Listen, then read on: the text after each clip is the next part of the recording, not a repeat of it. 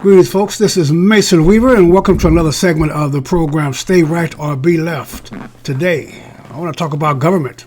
I want to talk about the rulership of government, the power of government, the spirit of government. Government is a solution. And the solution is made by man to keep things in order. Government is needed. It is necessary. It is what we use to create order. Without government, it'll be a death penalty to steal my car. Without government, it'll be a death penalty to insult any person. We would take the law in our own hands, and we could not come together as a civilization, and we could not live together. It'd be constant war and chaos without government coming in and having set rules that we all agree to live under. Government is important. We could not come together as men and women and develop language. There was no need to talk to anyone. That we could not develop math. No need to count money because we would take from each other all the time. So government is needed. But the idea of government, the notion of government, puts government in a position of being superior. Government is basically a religion. It is a religious belief system. It restricts, it confines, it licenses, it limits. Government persecutes and legislate and permits and regulate. There is not one thing you do. Every problem facing Christians or Jews in the Bible came from government. Government is the natural enemy of God. And the people who hold government as important as a solution to man's problems will be intolerant of competitive belief systems. That's why the government hates true religion.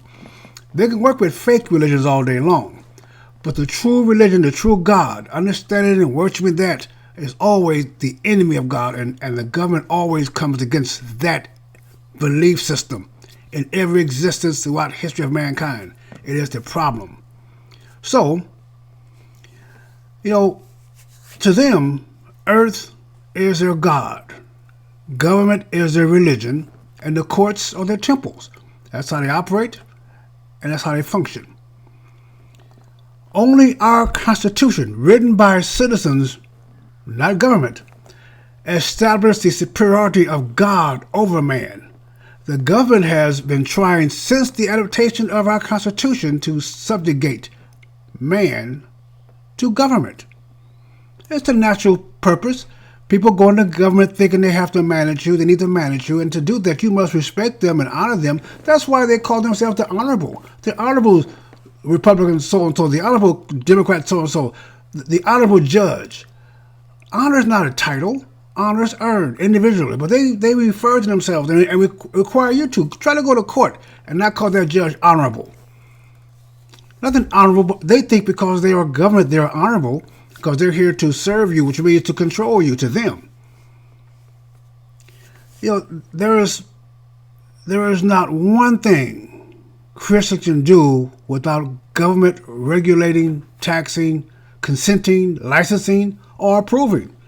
You can't name one thing you've done today that does not have your government's stamp of approval on it.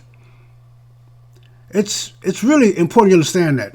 Everything we do must first bow down to Baal and give honor and position to our government.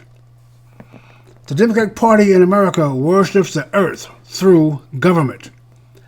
They do not seek to persuade, but to manage. They do not seek to a dialogue, but they seek obedience.